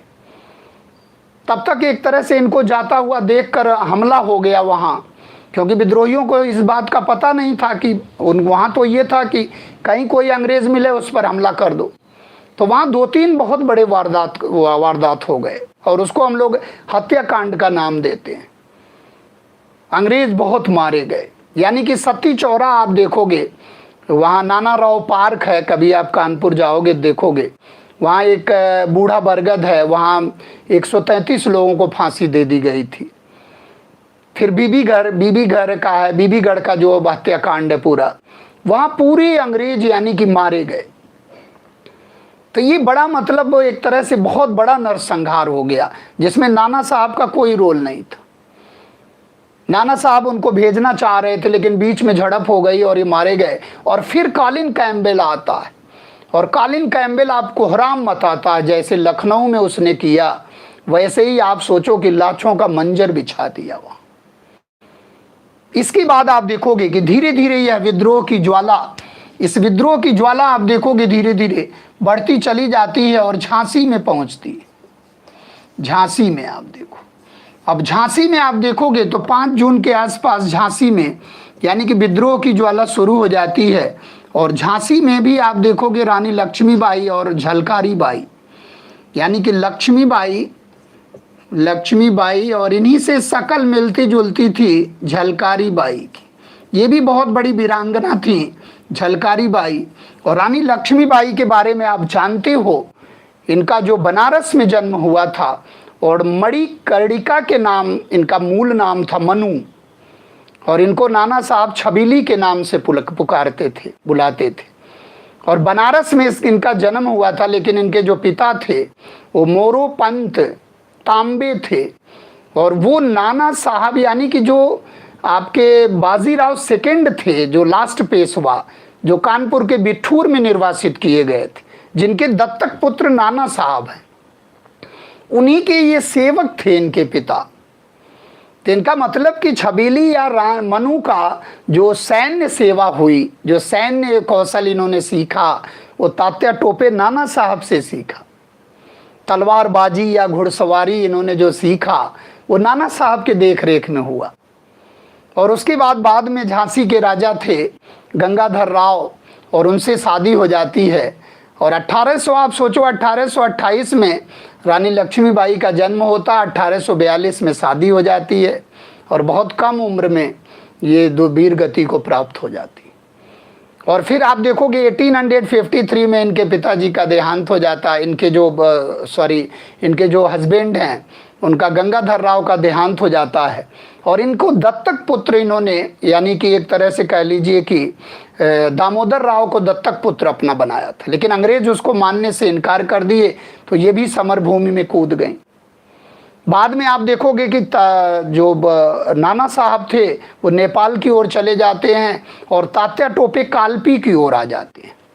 और जब तात्या टोपे कालपी की ओर आ जाते हैं तो वहाँ मुलाकात होती है किससे, जो है रानी लक्ष्मीबाई से। और वहीं जगदीशपुर के जो कुंवर बहादुर सिंह हैं वो भी आते कालपी में मिलते हैं, जो जगदीशपुर में विद्रोह का नेतृत्व किए थे बाबू कुंवर बहादुर सिंह। यानी कि कालपी पहुंचते हैं, और कालपी के बाद ये पहुंचते हैं ग्वालियर। और ग्वालियर में एक संयुक्त अभियान होता है, और वहाँ झांसी में ह्यूरोज था जो वहाँ का दमन कर रहा था। तो ह्यूरोज के द्वारा झांसी का दमन किया गया, और संयुक्त अभियान होता है। क्योंकि रानी लक्ष्मीबाई की जब झड़प हो जाती है पूरा एक तरह से कह लीजिए झांसी में, तो झलकारी बाई इनको प्रोटेक्शन दे के किले से बाहर निकालती हैं, क्योंकि गद्दारों के कारण किले का द्वार खुल जाता और अंग्रेज किले में प्रवेश कर जाते हैं। तो रानी लक्ष्मीबाई और झलकारी बाई चूँकि हम शकल थे इसलिए पहचान में नहीं आया, तो झलकारी बाई ने जो है नेतृत्व करके और इनको किले से बाहर निकलवा दिया, और ये फिर चली आई इधर कालपी के तरफ और ग्वालियर में मोर्चा संभाली। और वहीं पर कहिए कि इनका जो है जून 1858 में वहीं पर ये वीर गति को प्राप्त हो जाती है। और फिर आप देखो वहाँ के संतों से इन्होंने कहा कि अंग्रेजों के हाथों हमारा डेड बॉडी नहीं लगना चाहिए और आप हमारा दाह संस्कार कर देना, उनके हाथ में नहीं लगना चाहिए। तो आप सोचो ये वीरांगनाएं, आप देखो कितने पार्क, कितने डाक टिकट, कितने जो है क्या इनके नाम से, इन शहीदों के नाम से जारी किए गए। इनको सैल्यूट करना चाहिए, इनको नमन करना चाहिए। जो आज ये नहीं होते तो शायद इतना बड़ा संग्राम नहीं पैदा होता। और अंग्रेज कहते हैं कि नहीं एक विद्रोह था, और लेकिन हम लोग अगर इसको देखें तो केवल एक रूपता स्ट्रेटजी की कमी थी, नहीं तो अगर राष्ट्रवाद पूरा होता तो शायद परिदृश्य कोई अलग ही होता और नेतृत्व करता होता जबरदस्त।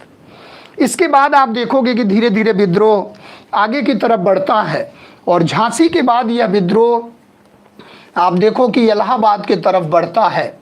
इलाहाबाद यानी कि बिहार की तरफ बढ़ता और बिहार में कुंवर बहादुर सिंह के द्वारा नेतृत्व किया गया। यानी कि बिहार में आप देखोगे तो बिहार में जो पटना का क्षेत्र है, पटना में पीर अली खां के द्वारा नेतृत्व किया गया, पीर अली के द्वारा। और यहाँ जो है टेलर रहता है जो विद्रोह का दमन करता और उसमें पीर अली को फांसी हो जाती है। और बिहार में जो है शाहाबाद जिले में आप देखोगे जगदीशपुर गांव था, और जगदीशपुर गांव में इनका जन्म हुआ था। और इनका जन्म हुआ था 1777 में, आप सोचो। और 1777 में जन्म हुआ था और 1828 में इन्हें जमींदार घोषित किया गया था। यानी कि 80 वर्ष की अवस्था में थे बाबू कुंवर बहादुर। आप देखो उम्र का क्या तकाजा है। बाबू कुंवर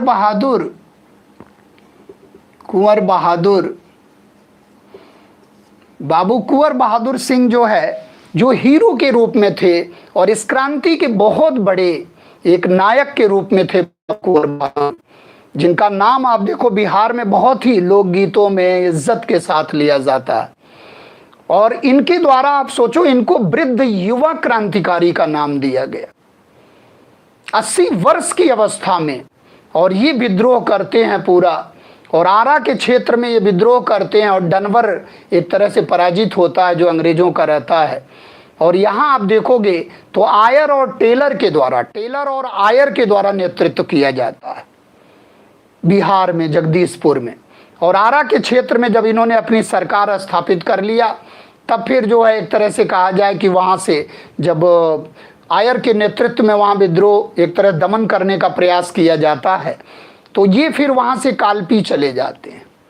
और जब वहाँ से कालपी चले जाते हैं तो कालपी से फिर ये कानपुर जाते हैं और कानपुर से लखनऊ जाते हैं। और जगह जगह पर इन्होंने मोर्चा किया और देव संभाला, और उसमें विजय भी इनकी होती है। और जब लखनऊ में जाते हैं तो बेगम हजरत महल इनको कमान देती हैं आजमगढ़ की, यानी कि आजमगढ़ का इनको कमान मिलता है। और आजमगढ़ में अतरौलिया के मैदान में ये मिलमैन की हत्या करते हैं और वहाँ अपनी सरकार कायम करते हैं। और उसके बाद फिर ये जगदीशपुर की ओर वापस लौटते हैं। और फिर इनके लिए यानी कि विंस्टन आयर जो है वो डगलस को भेजता है इनके एक सेना के साथ। और लास्ट में ली ग्रैंड एक पदाधिकारी था, ब्रिटिश पदाधिकारी, सैन्य कमांडर, और ली ग्रैंड के साथ इनकी झड़प होती। लेकिन जब गंगा नदी में ये क्रॉस कर रहे थे वहीं, तो इनके बाहों में जो है एक बाह में गोली लगी। जब ये डगलस के साथ एक लड़ाई हो रही थी तो इनके बाह में गोली लगी और दाहिने की तरफ गोली लगी। और बाएं हाथ के तो तलवार से दाएं हाथ को इन्होंने अलग कर दिया था, और उसके बाद भी ये गोलियां चला रहे थे। लेकिन चूंकि बुरी तरह घायल हो गए तो लास्ट में इनका संघर्ष होता ली ग्रांट से, और फिर वहीं पर जो है इनका निधन हो जाता है। आप सोचो कि मतलब कितना वीरता पूर्वक ये जो है लड़ते हैं, और कोई अवस्था का कोई मायने नहीं। कालपी, कानपुर और लखनऊ और आजमगढ़ में पूरा एकदम हंगामा मचाए हुए थे और पूरा अंग्रेजों की नींद हराम कर दिए थे। अब बाद में आप देखो ली ग्रांट के द्वारा वहाँ एक तरह से, अब फिर इनके जो भाई थे एक तरह से कह लीजिए कि उनके द्वारा नेतृत्व किया गया, और वहाँ लेकिन कोई बहुत ज़्यादा नहीं, अंग्रेज़ों ने वहाँ धीरे धीरे कब्जा कर लिया। इसके बाद आप देखोगे कि इलाहाबाद और बनारस के क्षेत्र में लियाकत अली खां के द्वारा, इलाहाबाद और बनारस में लियाकत अली खां के द्वारा विद्रोह किया गया, लियाकत अली के द्वारा। और यहाँ जो है कर्नल नील के द्वारा विद्रोह का दमन किया गया। फिर आप देखोगे कि फिर आप फैज़ाबाद में जो विद्रोह का नेतृत्व किया गया वो मौलवी अहमदुल्ला के द्वारा किया गया। अहमदुल्ला ये बड़े फेमस पर्सनालिटी थे और इन्होंने अंग्रेजों के विरुद्ध जिहाद घोषित कर दिया था। और यहाँ कैम्पबेल ने विद्रोह का दमन किया। यानी कि मौलवी अहमदुल्ला बहुत ही चर्चित नाम, और इन्होंने जिहाद घोषित कर दिया था और कि इनको जो है यहाँ इंडिया से भगा दो और सब लोग एकजुट हो जाओ। मौलवी अहमदुल्ला का नाम बहुत ही लिया जाता है। और बाद में आप देखोगे कि ये शाहजहाँपुर के तरफ जो है पोया के पास इनका जो है हत्या कर दी जाती है। तो ये चीज़ दिमाग में रखना है कि फैज़ाबाद में नेतृत्व कौन कर रहे हैं, मौलवी अहमदुल्ला, और यहाँ जो है विद्रोह का दमन कौन कर रहा है, कैंपबेल। इसके बाद आप आगे बढ़ोगे तो आप कोटा के तरफ जाओगे। कोटा में देखोगे दयाल बंधुओं के द्वारा, यानी कि हरदयाल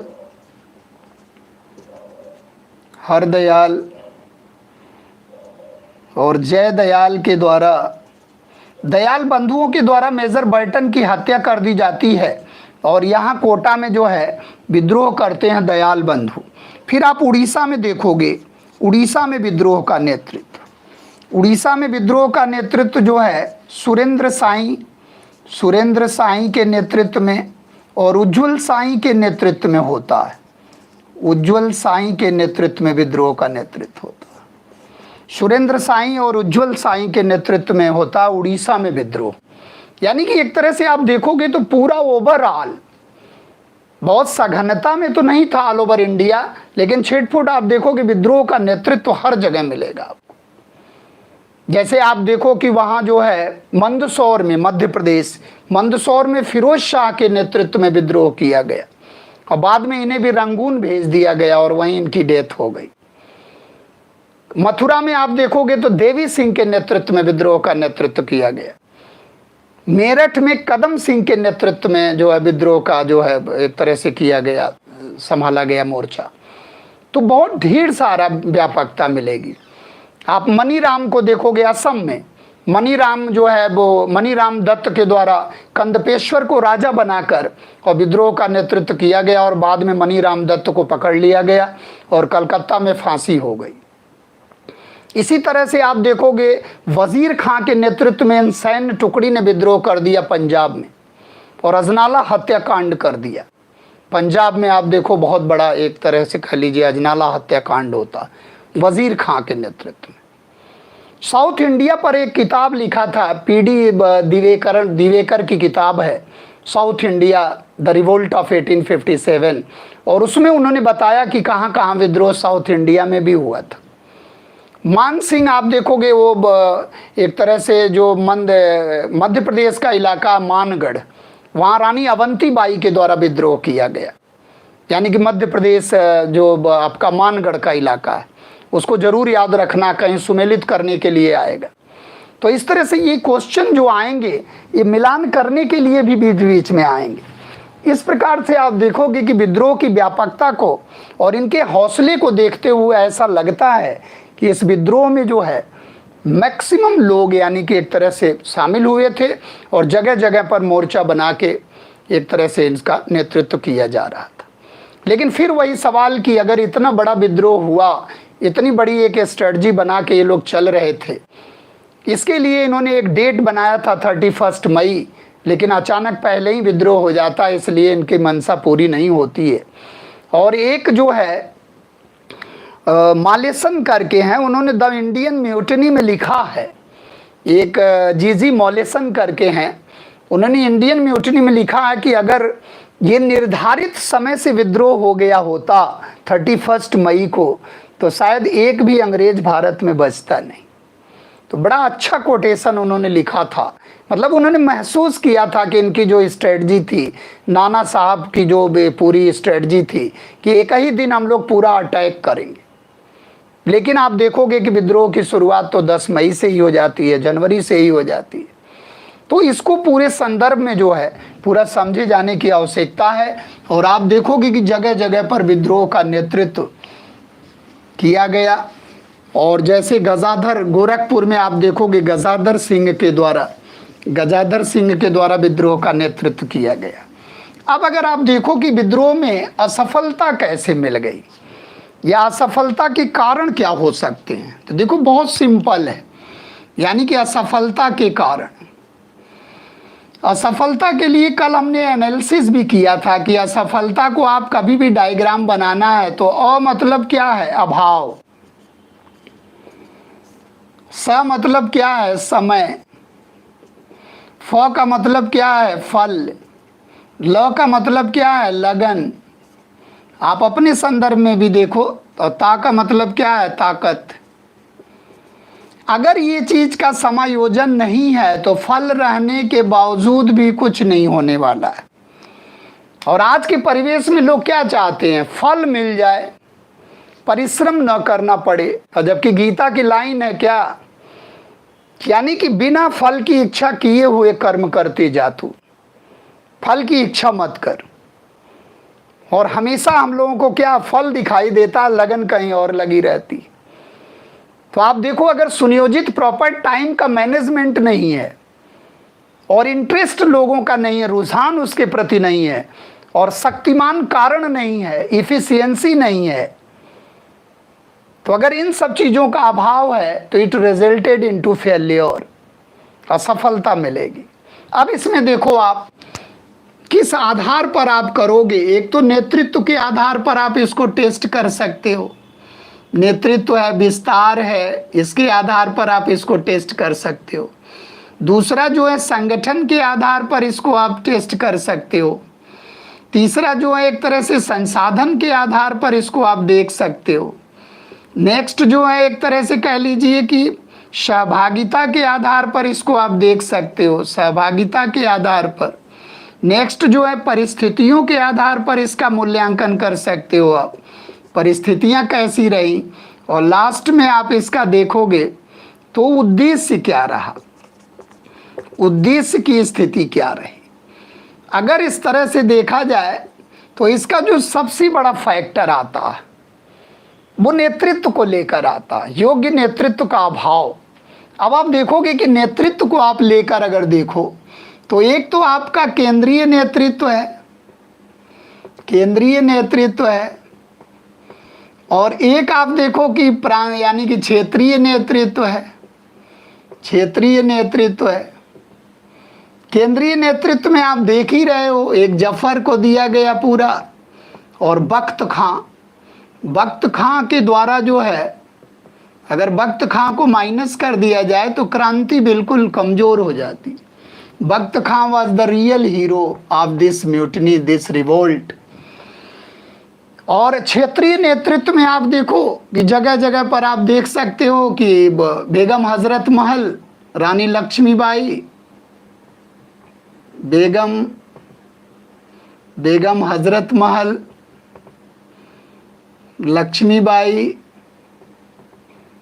नाना साहब, तात्या टोपे, बाबू कुंवर सिंह, बाबू कुंवर प्रताप सिंह,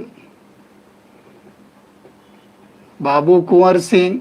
अब देखो क्षेत्रीय नेतृत्व, अब इसमें आप देखोगे नेतृत्व में यानी कि एक रूपता नहीं है, कोई संगठनात्मक कार्य नहीं, यानी कि एक दूसरे से एक समरूपता नहीं है। जबकि वहां आप देखो कि एक केंद्रीय नेतृत्व है, बाकी सब उसी के अधीन काम कर रहे हैं। लॉर्ड कैनिंग,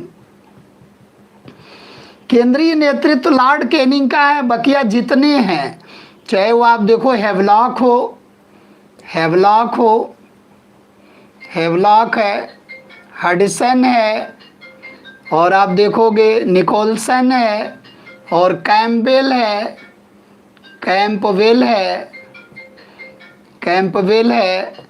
और आप नील है, और आयर है, टेलर है। आप देखोगे ये जितने नेतृत्व हैं, इस तरह से आप अध्ययन करोगे तो पूरी तरह से ये दिखाई देगा। किसके नेतृत्व के अधीन है? किसके नेतृत्व के अधीन है? Lord Canning. आप देखो, जब इलाहाबाद की तरफ आयर बढ़ रहा था तो लॉर्ड कैनिंग ने कहा कि नहीं, आपको जाना है जगदीशपुर में, यानी कि बिहार में विद्रोह का दमन करना। तो आयर वहां से लौटा और तुरंत जो है बिहार के तरफ चला गया। यानी कि एक आदेश की एक रूपता है, एक सुनियोजित रणनीति है, एक नेतृत्व की प्रबलता है, एक केंद्रीय नेतृत्व है। और यहाँ केंद्रीय नेतृत्व लचर में है, बिल्कुल ढीला ढाला है, यानी कि कमजोर नेतृत्व है। और इनमें आपस में एक रूपता नहीं है।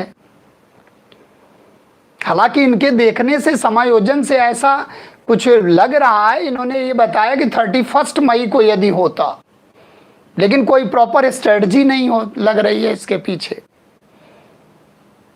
यानी कि अखिल भारतीय विद्रोह का अभाव, जन सामान्य के सहभागिता का अभाव, राजे महाराजे के सहभागिता का अभाव। आप देखो पूरा पार्टिसिपेशन को आप देखोगे, और इसके बाद आप संगठन के लेवल पर देखोगे तो संगठन में जो अंग्रेजों का संगठन है, आप देखो उसमें यानी कि 100 वर्षों की रणनीति दिखाई दे रही है, 100 वर्षों का अनुभव दिखाई दे रहा है। अनुभव है, रणनीति है, व्यवस्था है, अनुशासन है, प्रॉपर स्ट्रेटजी है, लेकिन यहाँ का संगठन कमजोर है। यानी कि अचानक हो जा रहा है। जनवरी से आप देखो शुरू हुआ और 10 मई को विद्रोह शुरू हो गया, होने लगा। यानी कि संगठनात्मक रूप से देखा जाए तो ऑर्गेनाइज्ड इसका जो है कमजोर संगठन है भारतीयों का। यानी कि भारतीयों का जो संगठन है वो कमजोर है इसमें। आशीष,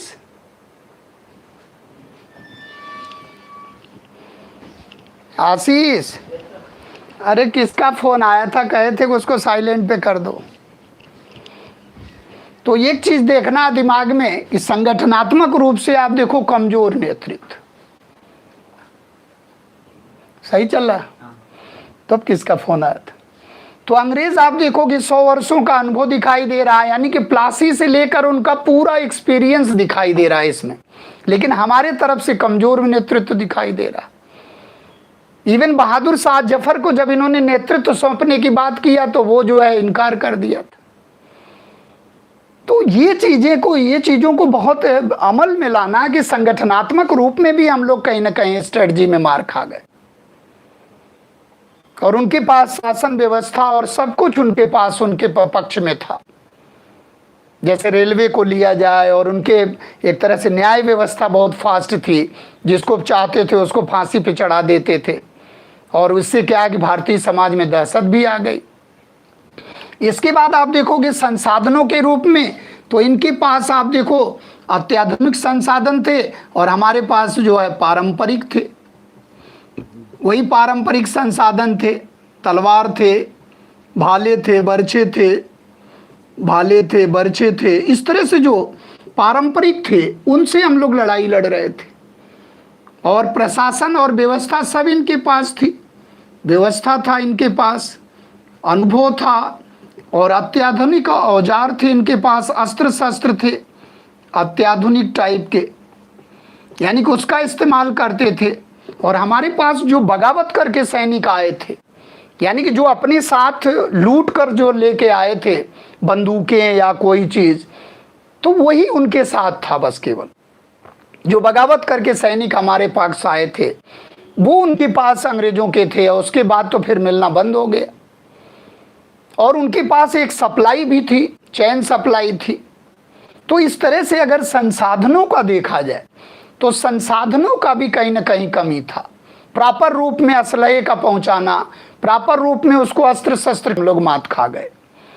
और सहभागिता को आप देखोगे तो समर्थक, अगर समर्थन में देखा जाए तो समर्थन में लगभग जो है सभी वर्ग थे, यानी कि एक तरह से देखा जाए। लेकिन कुछ वर्ग आप देखोगे तटस्थ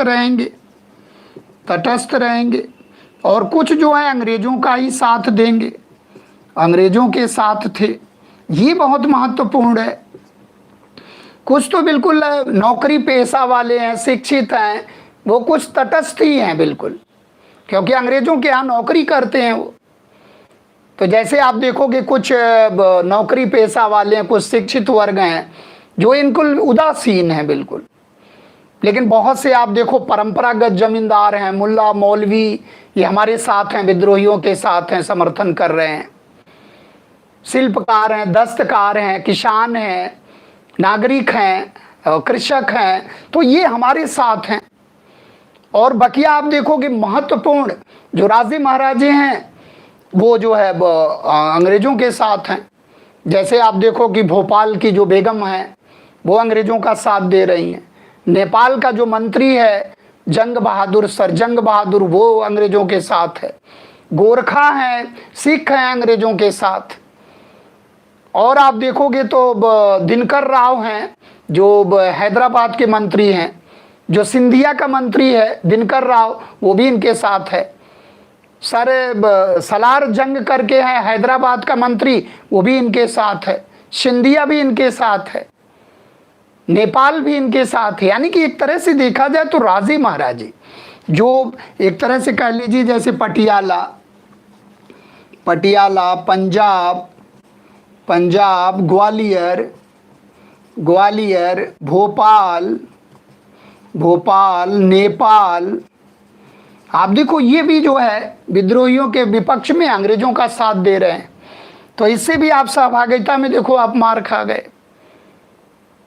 यानी कि जब तक सक्रिय सहभागिता नहीं होगी, यानी कि सक्रिय सहभागिता का अभाव, स्वामी विवेकानंद ने लिखा है कि उदासीनता का अभाव, सक्रिय सहभागिता का अभाव, यानी कि लोग उदासीन थे, लोग भाग नहीं लिए, अखिल भारतीय स्वरूप नहीं हो पाया।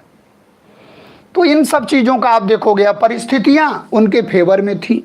और परिस्थितियां हमेशा विद्रोहियों के प्रतिकूल रहती हैं। यानी कि परिस्थितियां आप देखोगे विद्रोहियों के प्रतिकूल हैं और उनके अनुकूल हैं। और उनके अनुकूल क्यों हैं? क्योंकि आप देखोगे क्रीमिया का युद्ध भी समाप्त हो गया है 50s के दशक में, और जो आपका अफगान युद्ध था वो भी समाप्त हो गया है, यानी कि वही 48 से 42 के बीच में। और जो पहला बर्मा युद्ध था 52 में, 1852 में, वो भी समाप्त हो गया। यानी कि कंडीशन उनके फेवर में है। और जो उनके उपनिवेशिक शक्तियां देश विदेश में, वहां से भी वो सैनिक बुला ले रहे हैं। यानी कि एक प्रकार से देखा जाए तो परिस्थितियां उनके अनुकूल हैं, जबकि हमारे प्रतिकूल हैं। क्योंकि रेलवे है, डाकघर है, तार है, ये सारी सुविधाएं उनके पक्ष में है। शासन प्रशासन उनके हाथ में है। जिसको चाह रहे हैं न्यायिक व्यवस्था के अंतर्गत उसको फांसी दे रहे हैं, सजा दे रहे हैं, कारावास दे रहे हैं। तो इससे क्या है कि एक कॉन्फिडेंस लूज हो रहा विद्रोहियों का। अब विद्रोहियों में गद्दार भी बहुत हैं, गद्दारी भी बहुत किया लोगों ने। तो एक तरह से कह लिया जाए कि परिस्थितियां भी, एक तरह से कहा जाए कि परिस्थितियां भी अनुकूल नहीं, यानी कि उनके जो अनुकूल हैं हमारे प्रतिकूल हैं, इसलिए दमन करने में जो है। और तीसरी चीज क्या है कि उद्देश्य क्या था हमारे, आप देखोगे तो उद्देश्य में एक रूपता नहीं, उद्देश्य में एक रूपता नहीं। हम लोगों की मंजिल का पता ही नहीं है कि क्या करना है। सारे लोग अपने निहित स्वार्थ को लेकर लड़े। नाना साहब आप देखो तो पेशवा के पद को लेकर, लक्ष्मीबाई आप देखो तो एक तरह से कह लीजिए कि उत्तराधिकार के लड़ाई को लेकर, बिरजीस कादिर का बेगम हजरत महल को देखो तो कुशासन का आरोप लगाकर जो एक तरह से कह लीजिए कि अवध का विलय किया गया उसको लेकर, बाबू कुंवर सिंह तो जमींदारी के प्रकरण को लेकर।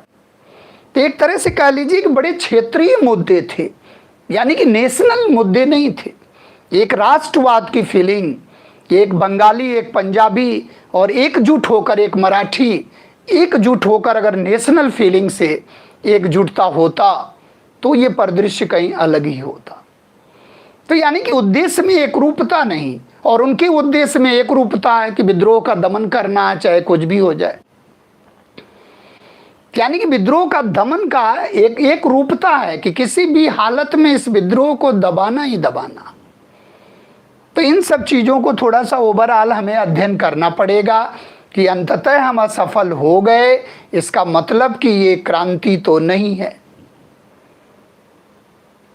क्योंकि आप देख रहे हो कि आप विद्रोह को तो समाप्त करने की तो बात छोड़ो, एक तरह से 1 वर्ष से ज़्यादा, ये 1 वर्ष कुछ माह तक विद्रोह चलता रहा और जुलाई 58 तक लगभग शांति स्थापित हो जाती है हर जगह। और इसके बाद अगर आप अध्ययन करते हो तो इसके बाद आप देखोगे कि एक इसका फैक्टर है, तो इसमें कभी भी क्वेश्चन आए तो आपको ओवरऑल इन बिंदुओं के आधार पर लिखने का प्रयास करना है और इसका आंसर देने का प्रयास करना है। इसके बाद जो इसका लास्ट पॉइंट हमने बताया कि परिणाम या महत्ता क्या है, इसका परिणाम क्या निकला, what were the result of this revolt, यानी कि महत्ता क्या रही इसकी, क्या पॉजिटिव परिणाम निकले।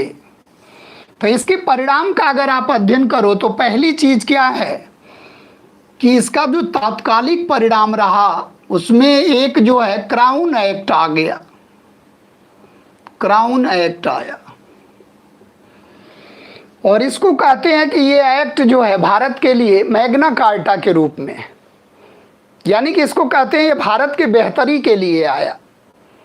और ये जो है विक्टोरिया का जो घोषणा पत्र था, इसको 1 नवंबर 1858 को इलाहाबाद के मिंटो पार्क में पढ़ा गया और ढेर सारी बातें इसमें दी गई कि जो रियासतों के साथ जो संधियां की गई उसको जो है कंटिन्यूअस रखा जाएगा और एक तरह से कह लीजिए उत्तरदायित्व तो एक तरह से शासन किया जाएगा, जवाबदेही है। और ब्रिटेन के हाथ में सीधे जो है क्राउन के हाथ में सत्ता आ जाएगी, कंपनी का शासन समाप्त होगा और भारत का जो गवर्नर जनरल है वो वायसराय की पदवी से विभूषित होगा। तो क्राउन एक्ट का एक बहुत बड़ा जो परिणाम निकला वो भारत के जो गवर्नर जनरल को है वायसराय की पदवी दे दी गई, वायसराय की पदवी उसको दे दी गई, यानी कि इससे पहले वो क्या था, भारत का गवर्नर जनरल था। और भारत के गवर्नर जनरल को आप देखोगे तो ब्रिटिश भारत, यहीं से किसका जन्म हो जाएगा, ब्रिटिश भारत का जन्म हो जाएगा। ब्रिटिश भारत में वायसराय की परंपरा, तो दोनों तरफ से आप देखोगे कौन है, लॉर्ड कैनिंग। इसलिए लॉर्ड कैनिंग को हम लोग क्या कहते हैं, यानी कि भारत का अंतिम governor general. Lord Canning was not only the last governor general of India, but he was also known as the first viceroy of British India। तो लॉर्ड कैनिंग को थोड़ा सा ध्यान रखना कि लॉर्ड कैनिंग का जो समय है वो 1856 से शुरू होता है और 1862 तक।